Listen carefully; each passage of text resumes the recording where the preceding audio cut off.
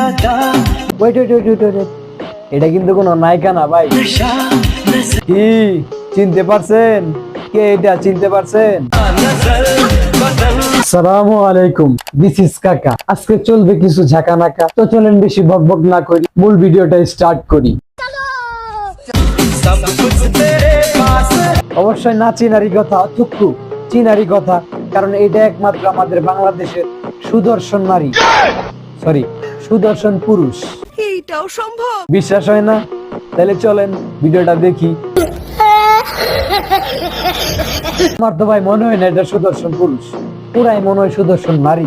কারণ এই যে দেখতেছেন স্ক্রিনে যে মহিলাটা, ওনার সাথে ওনার কিন্তু একদম অনেকটাই মিল আছে।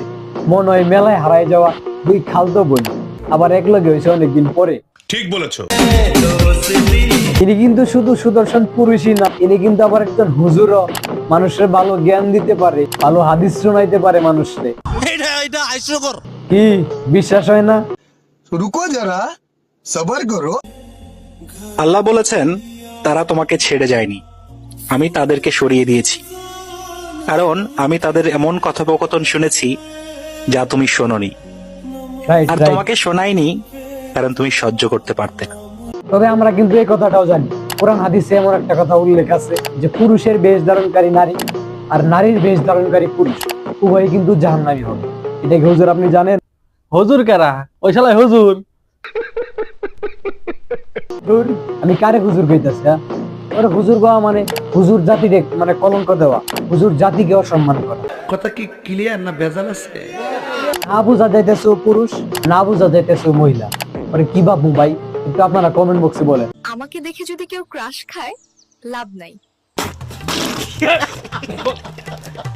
মানুষের রুচিতে কত পরিমাণ ঘাটতি পড়লে, কত পরিমাণ ঠাডা পড়লে এই লোকটা একটা সুদর্শন পুরুষ হয়। লাভ নাই, আমি মানুষ না, মহিলা তার পুরুষ।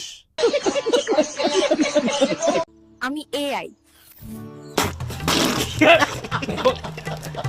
তো আজকের ভিডিওটা এই পর্যন্তই। ভিডিওটা কেমন হইলো অবশ্যই কমেন্ট করে জানাবেন। ভালো হলে একটা লাইক করবেন, একটা শেয়ার করবেন। সব সময় ভালো থাকবেন, সুস্থ থাকবেন। আল্লাহ হাফেজ। Los Kaká, online প্রতিরোধী।